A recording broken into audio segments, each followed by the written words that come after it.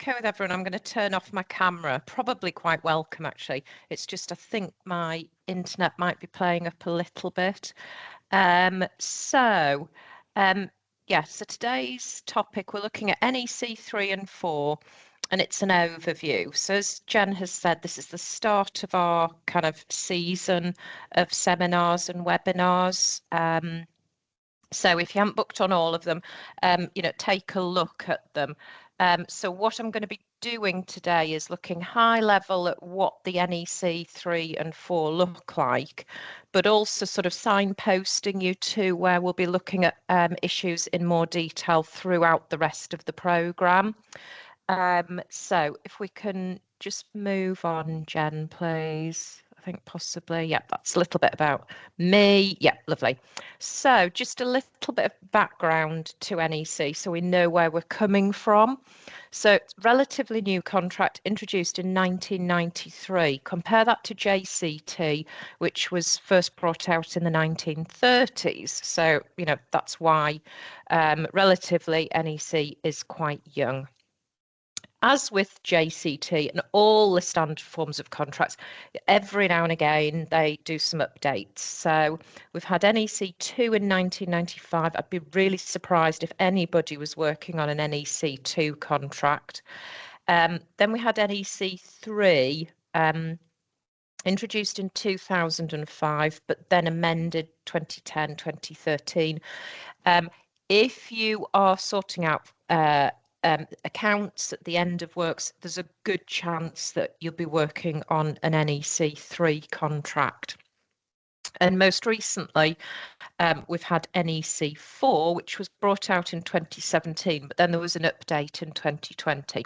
So, of course, because people generally, are reluctant to sort of use the new, it's taken a little while for NEC 4 to start to be used. In my experience now, pretty much every NEC contract I see now is NEC 4. I think there are some exceptions. I think the other day I did see an NEC 3. So that's where we are. You probably dealing, if you're dealing at the front end of a contract, you're probably more NEC 4, the back end of the contract, NEC 3. And just as part of the signposting, we've got a seminar stroke webinar on the NEC 4 and the differences between it and NEC 3. I think it's in May of next year within our programme. Now, the good thing about the NEC contract is that it's not that they introduce NEC 4 and it's a wholly different contract to NEC 3. It's substantially the same. There's just a few bits and pieces that have been changed. Probably NEC wouldn't like me to call it bits and pieces, but you get the drift. As I've said, we'll talk about that in detail. I think it's in May where we're looking at NEC 4. Next slide, please. Okay, so this is a hideous slide, but we can section it off so that it's not as hideous as it looks in reality. So this is the worst bit, the way it looks. It gets better, I think, afterwards. So these are the contracts within the NEC suite of contracts. So there's a lot of them. I think there's about 16 in there. And what has happened is every time we've gone from NEC to NEC 2 to 3 to 4, they add a couple of extra contracts. Now, the reason for that is obviously, and we'll see this particularly with regard to NEC 4, as time goes on, there are new demands, different ways of doing things. To an extent, there are trends, and sometimes, we start to do something new and then move back to what we previously did. But also, of course, you have to buy these contracts. So, to an extent, it is a business, so they need to be producing new contracts, from time to time. So if we look at them, kind of section them out and look at them in a bit more detail. So the first 4, you can see they all start engineering and construction. So The first one is a contract and the second one is a short form contract. So they are the main form contracts that we're probably using for a specific project. The short form contracts, in my experience, aren't used substantially. I mean, they are what they say, they're probably for smaller value, fewer clauses. I've come across them a few times, but not on a large scale. So we've got the engineering and construction contract. So the third and the fourth bullet points are again engineering and construction. This time they're the subcontracts as opposed to the contracts. And again, we've got a subcontract and then underneath that, the short subcontract. Exactly the same, with the short, very rarely see it used. So usually what you will have is the contract and the contractor then uses the subcontract to engage its subcontractors. Now, one of the reasons that NEC is quite nice is that if you picked up the contract and the subcontract, you'd probably find that most of the clauses are pretty much identical. Where they're not identical is they talk about different parties. So obviously the contract talks about the client, the employer, and the contractor. The subcontract talks about the subcontractor and the contractor. Also, we have the subcontract works and the main contract works.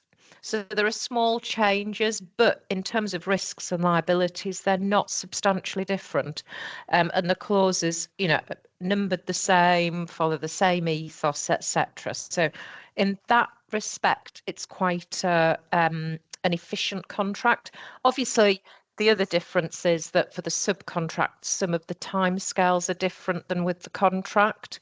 So, if the subcontractor's got to warn the contractor about something and then the contractor has to warn the employer, usually the subcontractor has a shorter period of time. So that for compensation events, subcontractor has, say, 7 weeks, contractor has 8 weeks to give them that extra week to notify their client.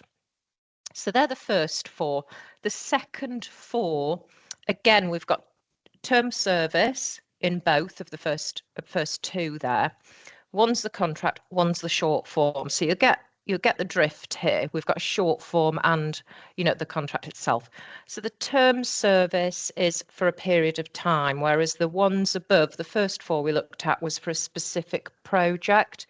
So, build a supermarket, groundworks on a certain site. This one is across numerous sites. So usually the term service, the relevant bit here, it's for a certain duration. So to do repair works, maintenance works, whatever, for a particular term, a particular duration. And then the next 2 we have, again, both say professional service. One's the contract, one's the short form. So that's following what we've seen above. So this is the contract that the consultants are engaged on. So, that could be your architects, civil engineering consultancy, structural engineers, etc., etc. And this is another nice thing about NEC, I think, in that we have the whole package. The idea is that you can easily engage your whole supply team using the NEC form of contract. You don't have to go and find another form to engage your professionals on or your consultants on. So the next 4 contracts, and you'll see it starts with supply. And again, we've got 2. One's the short contract and the other one is the ordinary contract. So it is what it says on the tin. It's for supply. So this is assuming that the supplier is not carrying out any installation. They just deliver the materials, leave them on site, somebody else installs them. We then have the framework contract. Now, this is the one that does look slightly different to the rest. I mean, it's wafer thin in terms of, the number of pages. And it's because it is very much, a framework contract can be very brief. typically they will say that the party commissioning the work can engage the contractor to do the particular work or not. They can, typically it will say there's an indicative value of work of X pounds, but there's no guarantee that that work will be given out either under the framework or to a particular contractor. And then what you will have are things like the termination provisions so that you can terminate the framework. So that is the one that sort of looks quite different to the others in terms of, if you opened it up and found, clause 3, what does it say? It's going to be quite different.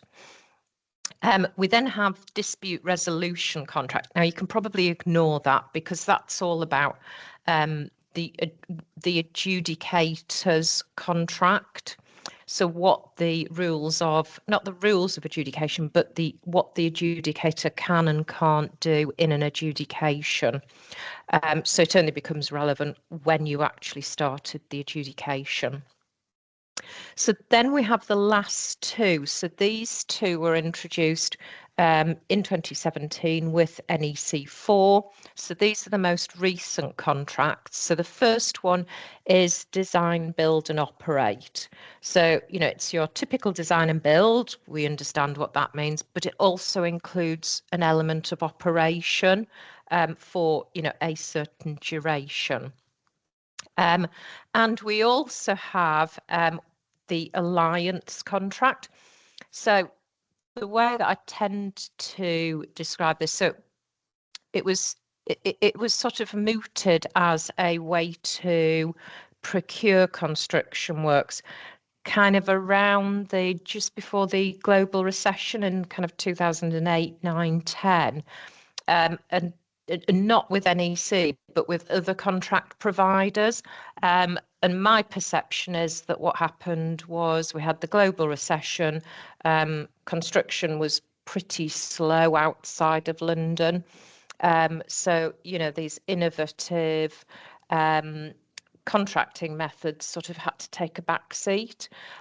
So NEC has introduced it, and whereas currently construction contracts is a very linear, going through a hierarchy, well, not a hierarchy, but a process. So you have party commissioning the work engages a contractor, the contractor engages the consultants, the architects, the engineers, engages the subcontractors will engage the suppliers. And if something goes wrong, that's how the process is dealt with. So party commissioning the work would bring proceedings against the contractor for any defects. The contractor would then have to pursue whichever is relevant from the consultants and the subcontractors, whereas the alliance contract is meant to be more of a flat structure. So everybody signs the same contract, single point, it's a project insurance, which from my perspective, I think is quite efficient. So you would take on insurance for the project rather than, as currently happens, each party has to take on the relevant insurance. Also, there's very little room and scope for disputes. Typically, the idea is it would be a sort of pain gain, so similar to options C and D. But the aim would be that the parties, because of this flat structure, they all work together as a board to resolve and mitigate any issues that arise. So, these last two contracts, they are interesting because hopefully it shows, some kind of positivity within the construction industry that we're seeing, particularly, this innovative contract. My feeling is particularly the alliance contract, but also the DBO, they're only going to be used on very specific projects, and probably particularly the alliance contract, high value contracts, not the kind of usual, normal value contracts. So if we can move on to the next slide, please, Jen. Okay, so a bit more of a relaxing slide here. So we've been through the sort of suite of contracts that we have available to us. So what else do you get, if you buy the whole package that NEC produces? Well, and I often talk about these in my seminars and webinars. There are guidance notes or user guides. So NEC 3 talks about guidance notes, 4 talks about user guides. Really helpful. Try to explain how clauses work, and in some cases where they're really, really helpful, they will explain if this clause, isn't properly implemented, which clause might apply, which sometimes isn't clear from the actual contract clauses. So that's why it's helpful. We also have books of flowcharts. So, if you find flowcharts helpful, that's probably where you would want to go. The flowcharts are particularly relevant because this is a process-driven contract. It's very much telling you what you need to do today whilst you are doing the work, as opposed to, oh, well, we finished the work, 6 months ago, right? What do we need to claim? That's not going to work with NEC, because if you need to claim anything, you need to be claiming it as it happens, not 6 months after you've completed. And then finally, there's an NEC Q&A. So I suspect if you did a sort of search, it would come up. I've also seen it on my, it comes in on my kind of Twitter / X feed. And it's basically parties writing in with queries, and NEC officials will respond to the query. So they're quite helpful to show how NEC works. If you've got a specific query, of course, you've got to trawl through and see if you can find that exact scenario. So probably less helpful in that regard. As regards, if you had a dispute about something, I don't think any of these documents would be, binding on the parties.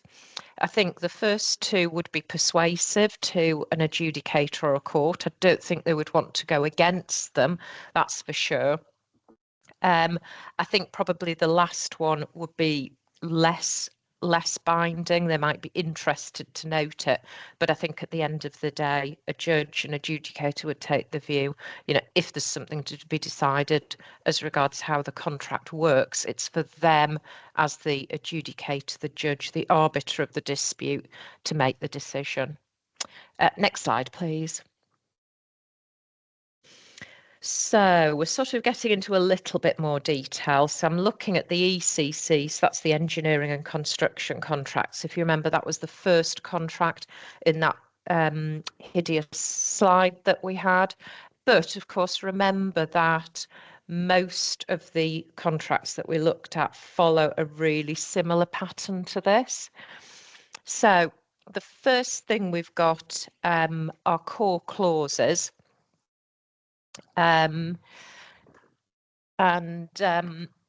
These, so we'll run through the core clauses. So these are what I would say are the fundamental clauses in a construction contract. Come back to them in a little bit more detail. We then have a dispute resolution clause, W1, W2, which feels a bit odd.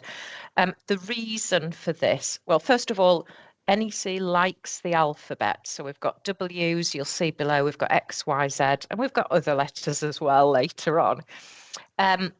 So, that's how NEC is subdivided using the alphabet. But why have we got W1 and W2? Well, the reason here is that NEC is aimed at being an international contract. It's not just for UK projects. So W1 is the dispute resolution process for international projects. So typically you will see it if work is being done abroad, then W1 will apply. Generally, in most cases, for work in this country, in England, Wales, Scotland, W2 will apply. And that's because we have a special form of dispute resolution in construction called adjudication, which you will have heard of. But we have adjudication not because of what the contract says, but because of an act of Parliament, the Housing Grants, Construction and Regeneration Act. And that means it basically mandates adjudication as a dispute resolution process for construction projects in this country. You must be able to adjudicate. You cannot contract out of it. The parties don't have a choice about this. And that's because when the Act was introduced, the government at the time decided that that was the way to stop areas of the construction industry going into liquidation because of cash flow problems, because they weren't getting paid. So W2, when you're reviewing your contracts prior to signing, of course, W2 should be the dispute method in your contracts, unless you're working abroad. Now, the exception to W2 applying in this country is that some types of work are excluded from the Act. There's no logic to that. It's just that certain industries at the time lobbied the government and said, we don't need this adjudication. We're very good at paying already, so, don't include us in it. So they were excluded. So one example there is the oil and gas industry. Construction work doesn't come within the Housing Grants Act. So in that case, W1 would be your dispute resolution method. But as I say, 99% of cases, it will be W2. If it does say W1, you need to check that that's right, that the work is excluded from the Act. But number two, or B, what you need to think about is the timescales. So I'm not going to go into detail, but there are really short timescales for pursuing disputes under W1. So you absolutely need to get those extended. There's something like 2 and 4 weeks. So basically, for example, if you notified a compensation event and it was rejected, that looks to me like a dispute. You've got 2 to 4 weeks, something like that, to refer it to adjudication under W1. And if you fail to do that, you're time barred. You cannot pursue it. And that includes adjudication and going to court. You have no remedy. And why it's not workable is because in most cases, particularly contractor and subcontractor, they'd be busy working on the project in that time scale. It's going to be really distracting to be adjudicating. And what happens if you notify, say, I don't know, you could easily notify 5 compensation events over 4 weeks, over a month. And what if 3 of those are rejected? You could find that you've got 3 adjudications running in a very short space of time. That would be really distracting to the project. And of course, there is a real risk that the timescales will be missed and you'll have no remedy. So, W1, that is the alarm bell that should ring. You need to get those timescales extended. We've also got secondary option X clauses and Y. Y clauses are about acts of Parliament, so things to do with the Housing Grants Act, etc. The X clauses are mainly commercial issues, so we'll come back to that. The Z clauses are any amendments that either party want to have. So initially we saw no amendments when NEC was initially brought out. Then we started to see some, pretty benign amendments, requiring contractor to comply with anti-bribery legislation, to comply with data protection legislation, things like that. But in the last 10 years or so, we've seen substantial amendments coming through, changing the clauses, so changing timescales, changing the risks, as well as the less problematic clauses that I've mentioned.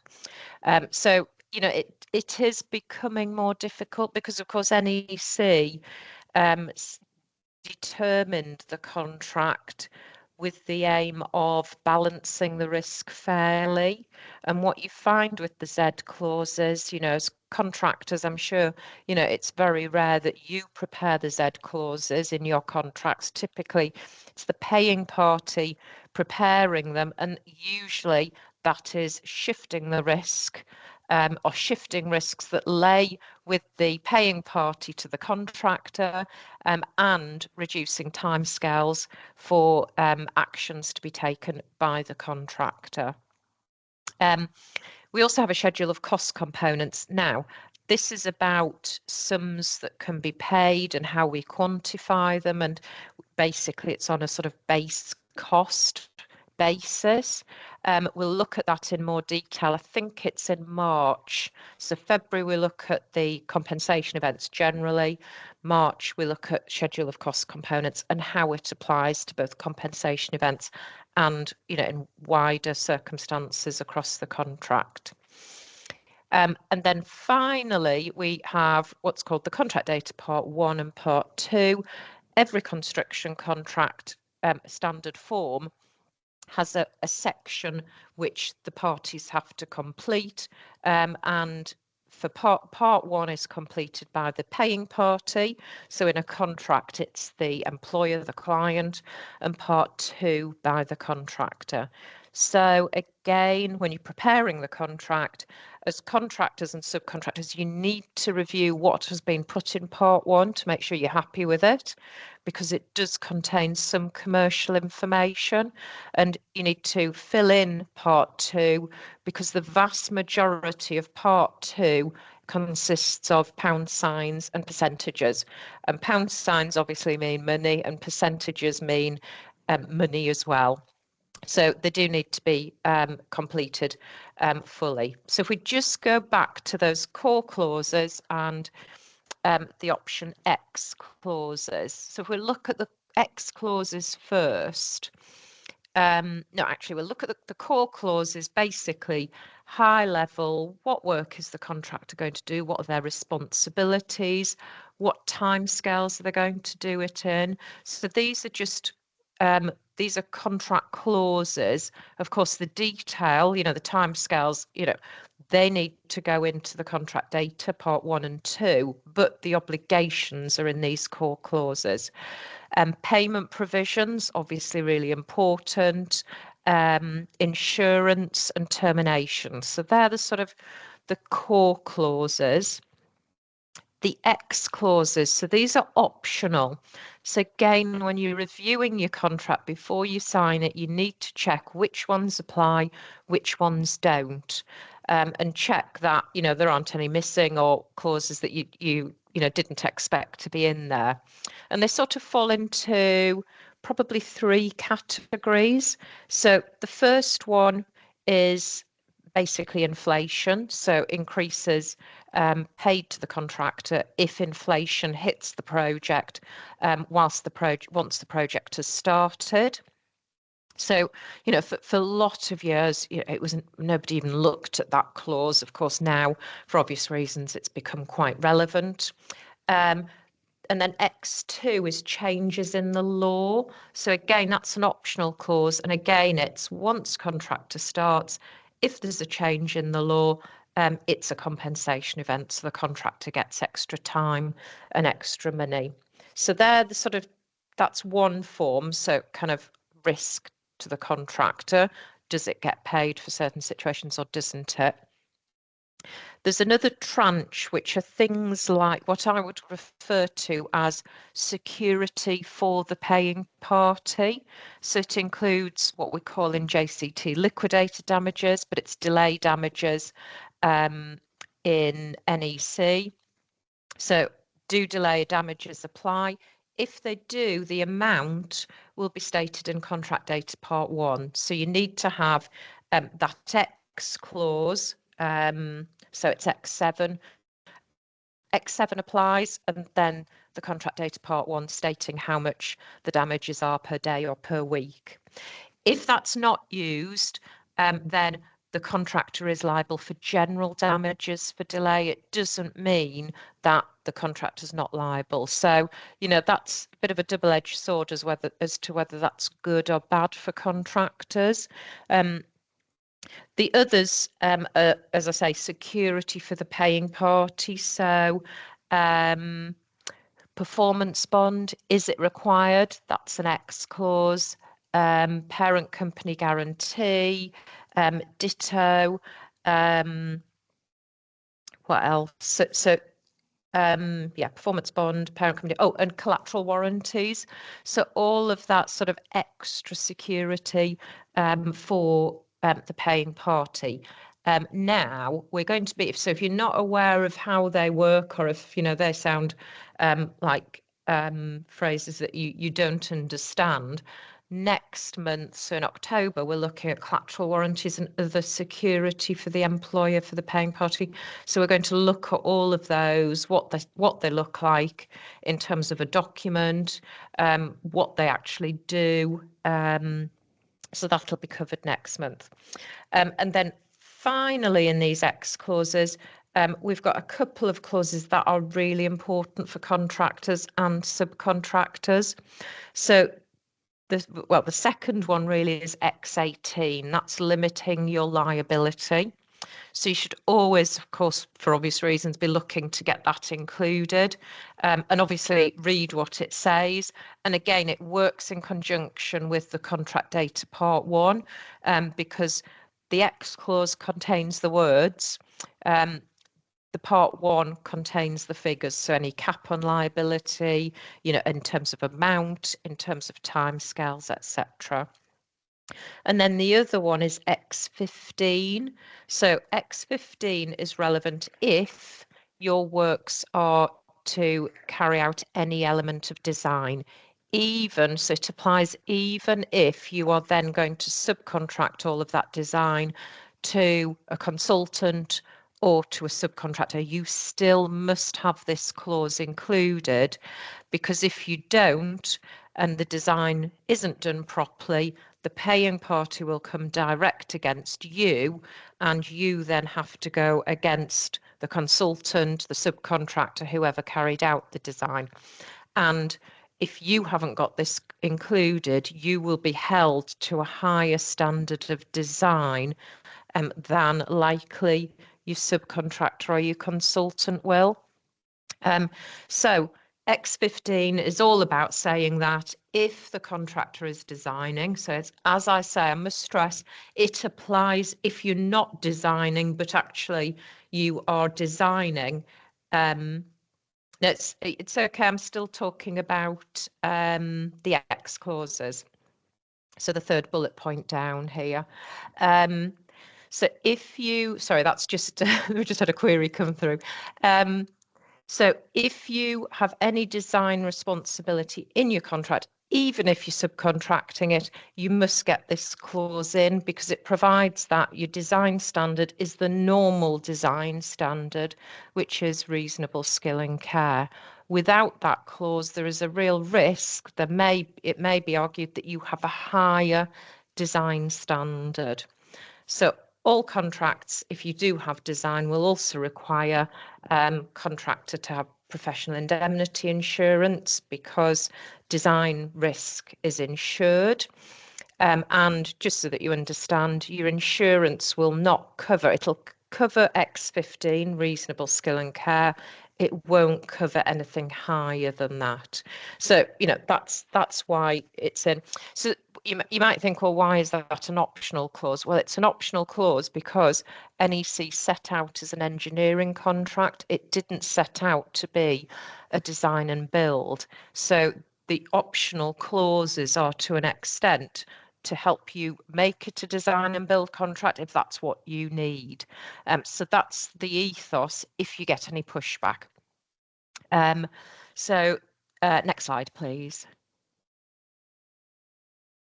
Okay, so other ancillary documents. So we've covered now the actual physical contract that you can purchase from NEC, but there are other documents to be included.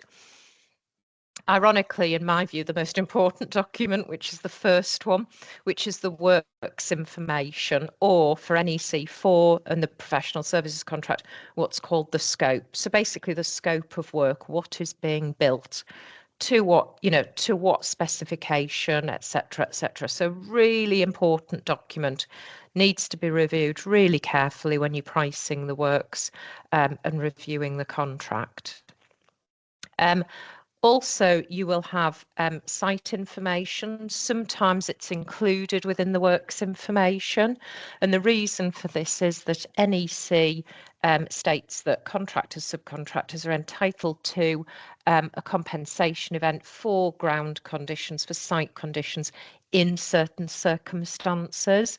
So it's based on several things, and we'll look at this in more detail in February when we look at the compensation events. But basically, one of the factors that might get you a compensation event, so extra time and extra money, is if what you discover on site is different to what was in the site information, and you couldn't have reasonably expected what you discover on site. Also, so the third bullet point, there may be other documents. So we've got collateral warranties. So this typically is all of that employer security that we're going to look at next month. Collateral warranties, parent company guarantees, performance bonds, etc., etc. Also, there may be either an activity schedule or bill of quantities. That's all to do with the pricing. So if you're on a fixed price contract, for obvious reasons, you will need one of these documents, and that's because it's what states the fixed price. So the activity schedule is a fixed price. The bill of quantities is a fixed price, subject to summary measurement if the quantities are substantially more than was planned. So the relevance of these is just to do with how and when the contractor or the subcontractor is paid. It's nothing to do with the work to be carried out. So I hope that makes sense. The work to be carried out is the work in that first bullet point, the works information. The activity schedule states when the contractor can apply to be paid for those bits of work. So why it's an activity schedule or a bill is that it slices through, it subdivides the work so that as soon as one bit of work has been completed, contractor can apply for payment for that piece of work. So that's all it is about. If there's an element of work, excuse me, that's included in the works information but isn't referred to in the activity schedule, that does not mean the contractor can get paid extra money for it. It's deemed to be part of the fixed price. And then finally, we have the accepted programme with some question marks, and that's because it's not compulsory to append the accepted programme. It's my preference to get it accepted because how NEC works, and it's one of the innovative elements of NEC, is that it's very programme heavy. So as a contractor, subcontractor, you will be required to submit a new programme, an up-to-date programme, shall we say, probably at least on a monthly basis. Also, on other circumstances, if you want an extension of time, you'll have to submit a new programme. And it's all based on that first programme.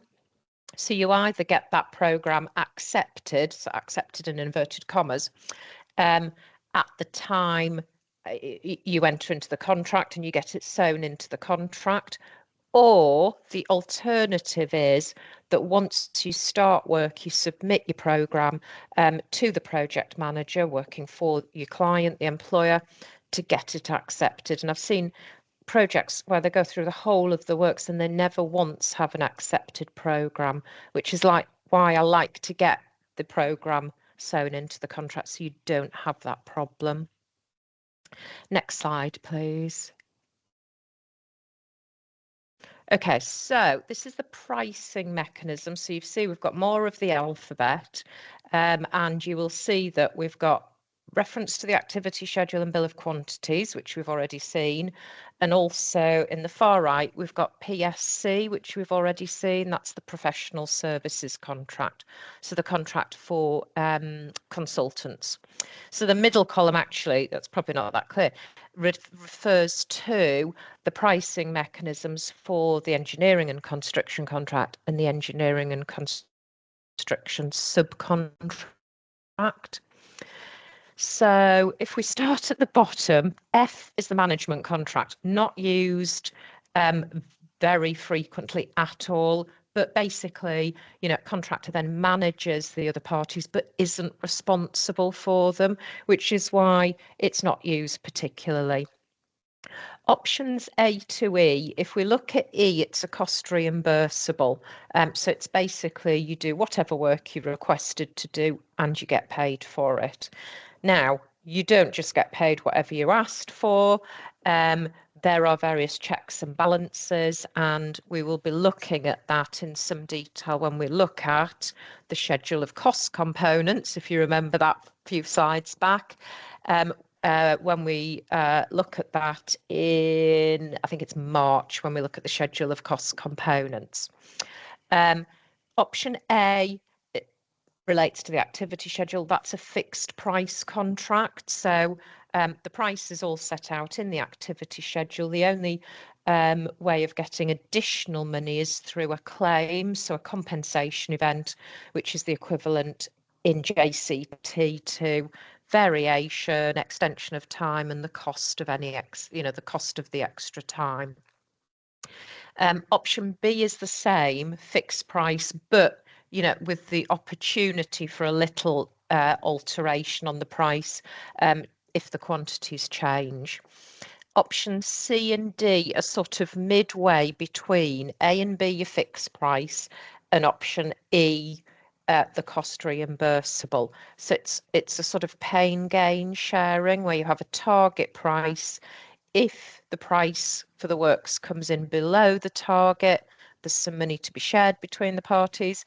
If the price goes above the target, there's some, money that's there's some overspend to be shared between the parties. Now, my perception is that particularly option C is getting quite popular in the private sector. So we've got a whole session on options C and D and how they work in November of this year. So if we can move on to the next slide, please, Jen. Okay, so some of the unique features. So the first clause, and well, this clause 10.1, it's a bit bizarre the numbering this. I keep meaning to ask engineers if it makes sense to them. So we've got our core clauses. We've got 9 core clauses.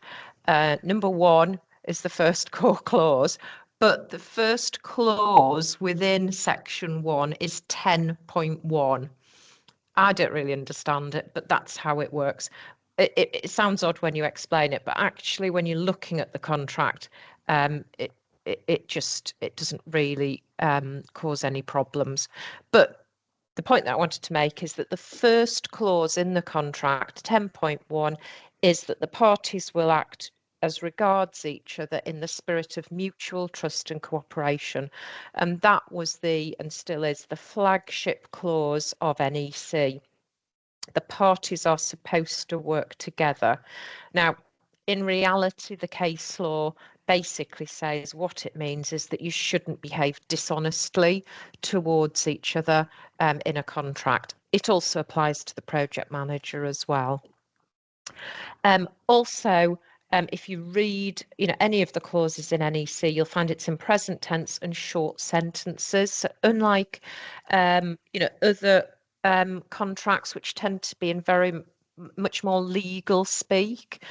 Now, what I would say is sometimes you read it and you think, yeah, that's quite simple. It's nicely explained. Other times you're sort of left thinking, well, I've been told somebody else needs to do X, but what it doesn't say is what happens if they don't do it. Sometimes you can check the guidance notes and that will refer you to another clause. Sometimes you've just got to work it out, basically.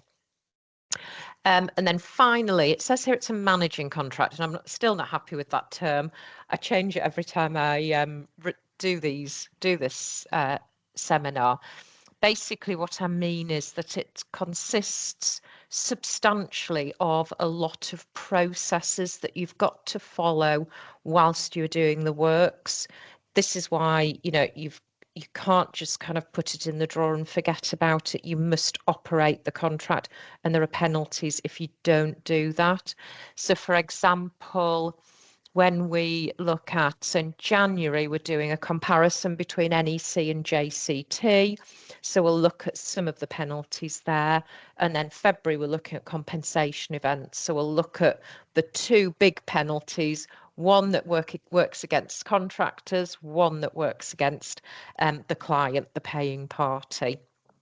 And of course, it applies equally in a subcontract as well. Next slide, please, Jen.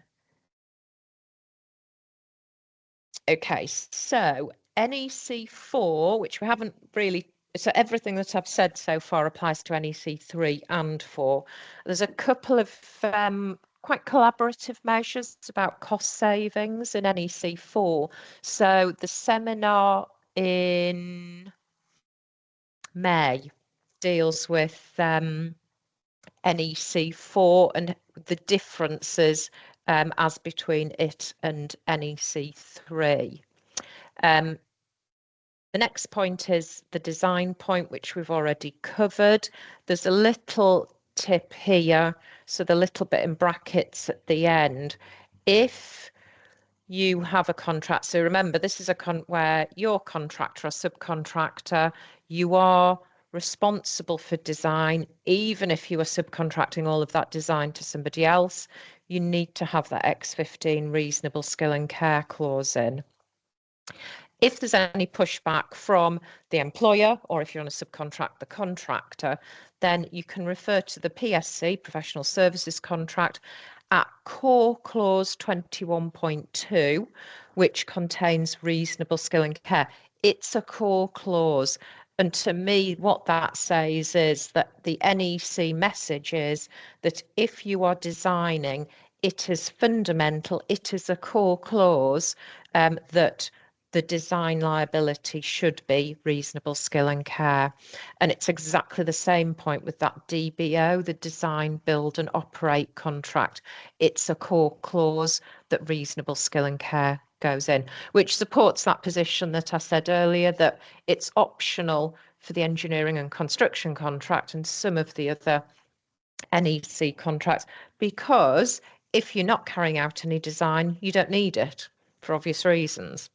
And it's the next bullet point, no PII, so that's professional indemnity insurance. So that's the insurance that covers you for defective design. So generally, if you need this clause in NEC3, you need to incorporate it. It's now included at NEC4 within option X15. And it's in the professional services at clause 81.1 as a core clause, as we've discussed.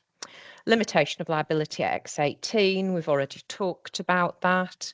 And then finally on this slide, additional QS and programming resources may be required. So the programming, we've already touched on that. If you're going to be producing programs monthly, also in addition, for any extension of time you need, there may be other reasons as well. That's far more programs than you would ever need on a JCT. I mean, my experience of JCT is you sometimes get one program at the start. So, particularly if you're on a fixed price contract, you need to factor that into your price. And also the additional QS resource, and that's because of the way that extra costs, so compensation events, those extras, so the equivalent of the JCT, variations, extension of time, loss and expense, that all needs to be priced as it happens. So you need an additional QS resource for that. And also, I suspect, generally in terms of pricing the other forms of contracts, and that comes back to the schedule of cost components, which, if you remember, I said we would look at in detail in the March seminar and webinar.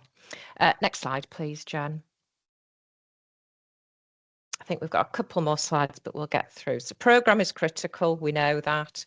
NEC 3 has no final account, but it does just work. If you're not used to it, you might think, well, how do we bring it to a close? But it does actually work. NEC 4 does have a final account, clause 53. I don't like it. It's sort of similar to JCT, where basically one party submits the final account, and if the other doesn't respond by taking it to adjudication within a timescale, they're deemed to have agreed it. And I just think that's quite draconian, really. Particularly as the part, it might have been really clear as things went on, that there was a big difference between the parties on what they thought the account was. And just because someone misses a deadline, it means that, they've lost the opportunity to dispute the matter. And it is draconian because it means you can't adjudicate, you can't go to court, so you have no remedy. So we'll be looking at that in more detail when we look at NEC 4. So I'll spend quite a bit of time on that in, I think it's May next year. Also, it comes at a really bad point. So it comes at the end of the defects liability period. So particularly for contractors, I think if you got your final account then, probably most people will have moved on to a different project. And I think it would be really easy to miss it and just think, all right, something's come in on that old project that we were involved in. It's all gone quiet. I'll have a look at that in a couple of weeks or when I get back from my holiday. And before you know it, you've missed that deadline. So, just be aware of that. Compensation events cover additional money, so extra work, variations, etc., additional time, so extension of time, and loss and expense. The compensation events, and we'll cover this in February when we look at it in detail. They're at clause 6, which then translates into clause 60 to 60, I think it's 66 now. And there's a few others in the X clauses, and there may be some in the Z clauses, those amendments, and there's one in YUK 2, which relates to suspending under the Housing Grants Act. So again, we'll cover that in detail in February. I've already said there are some killer deadlines, i.e. you lose entitlement if you miss them. For both parties, so we'll cover that in February. Early warning notices is a mechanism for each party to notify the other party of something that is not going right on the project. So it's very wide ranging. It's not linked to claims, but obviously if it is a claim, you've got to notify it through the early warning process. And again, we'll look at this in February with CEs, the compensation events, but there are some fairly draconian penalties if contractors don't issue the early warnings. There are penalties if the client doesn't, but they're not as draconian, I don't think. And we'll look at the Northern Ireland case, which deals with quantifying compensation events when we look at compensation events in February, and also we'll look at it in March when we look at the schedule of cost components. So the next slide, please. Yep, so most of this dispute resolution, so you've got to adjudicate first before you can go to court. That is just the rule with NEC. You can't go straight to court, stroke arbitration, unless the parties agree. The notice of dissatisfaction is something you've got to serve once you've been through adjudication. You'll have your own lawyers on board when you get to that stage, so I won't look into that in detail. And And then these other bits are about basically the quantification of claims. So we'll be looking at this when we look at the schedule of cost components in March. So if we can move to the next slide, Jen. Lovely. And again, this is all about getting paid, and you can see there in the penultimate bullet point, the schedule of cost components. So this is all about how you get paid for your contracted works and also how you claim money for any extras as they go through the project. So again, we'll be looking at that February, March in those two seminars. So I think if we can have the next slide. Yeah, so that's everything. So I'm happy to deal with any questions, or as always, if you want to drop me a line, if you think of anything in the next week. But hopefully